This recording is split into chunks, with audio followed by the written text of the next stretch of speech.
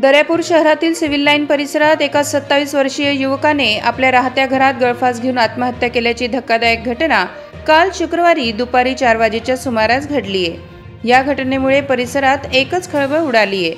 मृतक तरुण युवक निलेश प्रकाशराव गुजर हा आपल्या मावशीच्या घरी दर्यापूर येथे सिव्हिल लाईन परिसरात गेल्या 15 वर्षांपासून राहत असून शिक्षण घेत होता।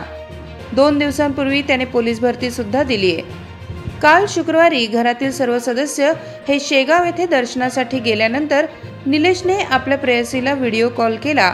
त्यानंतर निलेश व त्याच्या प्रेयसी सोबत झालेल्या संपर्कानंतर अचानक त्याने गळफास घेऊन आत्महत्या केली।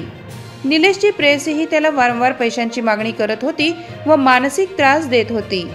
निलेशला आत्महत्या करण्यास त्याच्या प्रेयसीने प्रवृत्त केल्याचा गंभीर आरोप निलेशच्या नातेवाईकांनी केला आहे।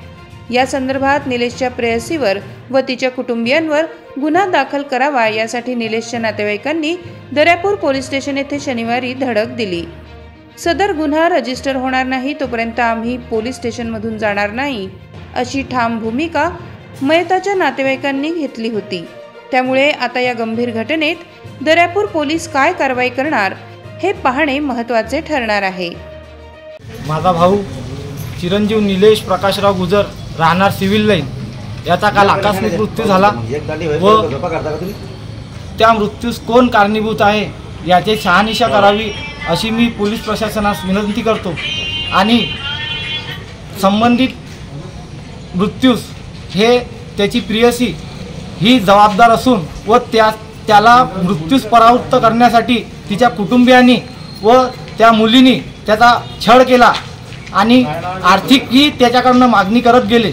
6 महिन्यापूर्वी त्यांनी मला सुद्धा म्हटले होते की दादा मला त्या मुलीचा त्रास आहे आणि मी त्याला सांगितलं होतं की बाळा त्या मुलीपासून तू दूर राहा। दादा म्हणे मी आजपर्यंत आता सगळं सोडून दिलं म्हणे मागचं सगळं।